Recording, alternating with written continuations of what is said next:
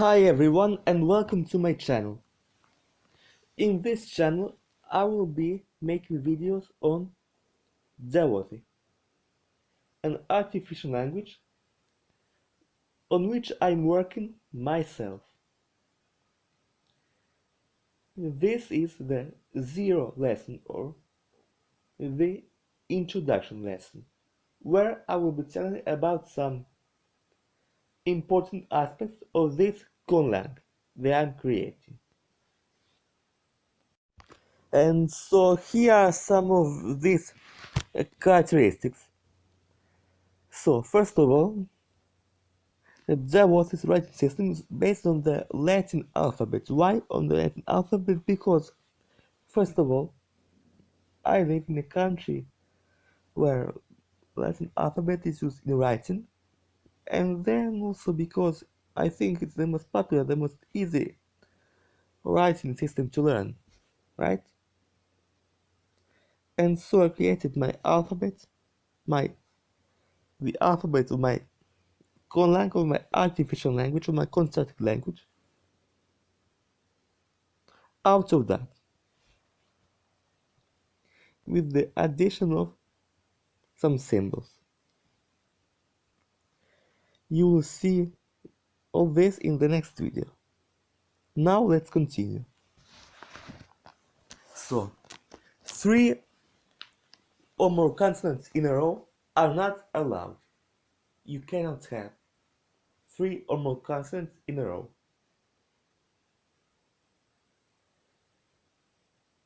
Of course, you can have them in, for example, in names of people,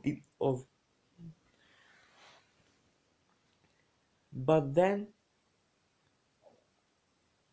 one of them is removed from the pronunciation. You don't say it. We will see that later.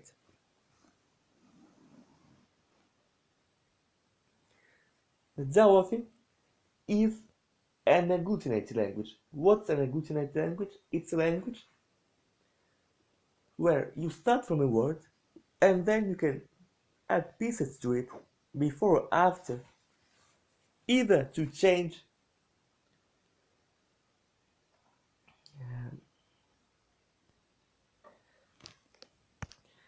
to flex this word or to derive another word from it.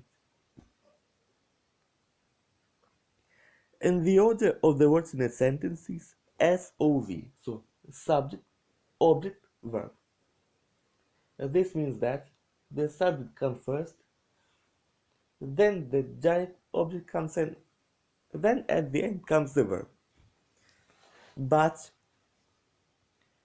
if besides this there are also other complements, then they have a precise order to them, and if there is a direct object, then it has to come before them. And of course, the verb usually comes after all this. Usually.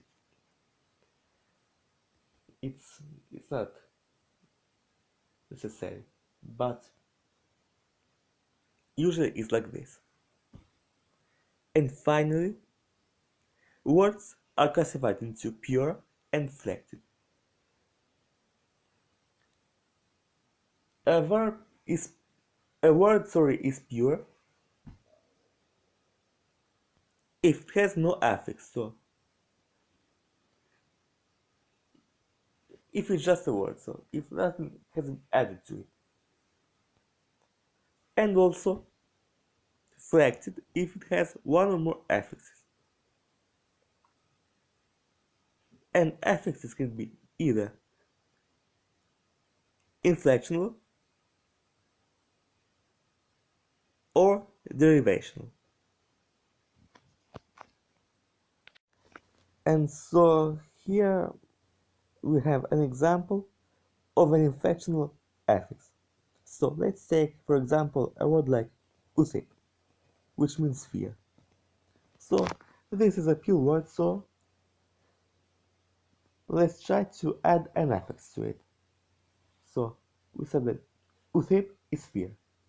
if we say uthipith,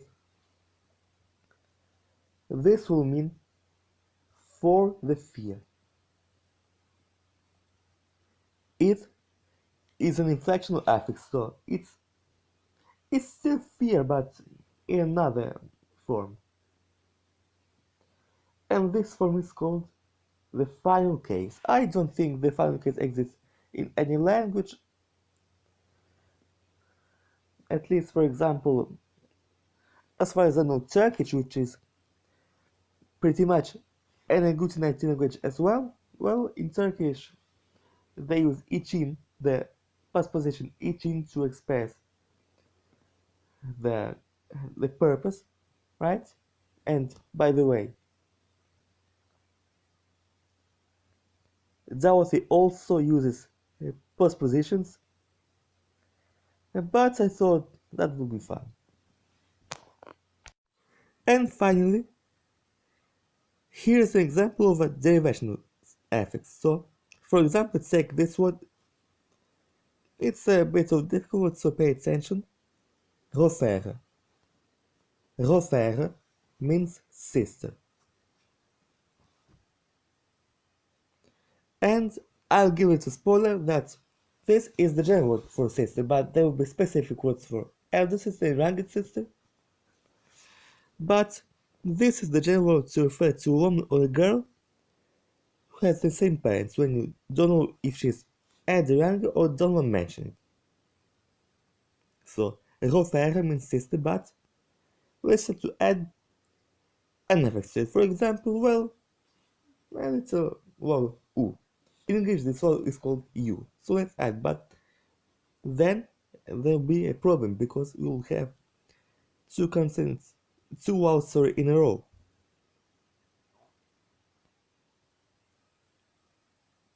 And I don't think that's forbidden, but that's not quite good. And so what do? We insert a letter N between them. So we get a brand new word, which is roferno. Say it again all together, roferno. And this means sisterhood. So from rofer, sister, we derived roferno, which means sisterhood. Okay, so I thank everyone who has watched this video. Hit the like button if you enjoyed it. Subscribe if you are interested in this channel, and hit the bell if you don't want to miss new videos. That's it for now. Bye and see you next time.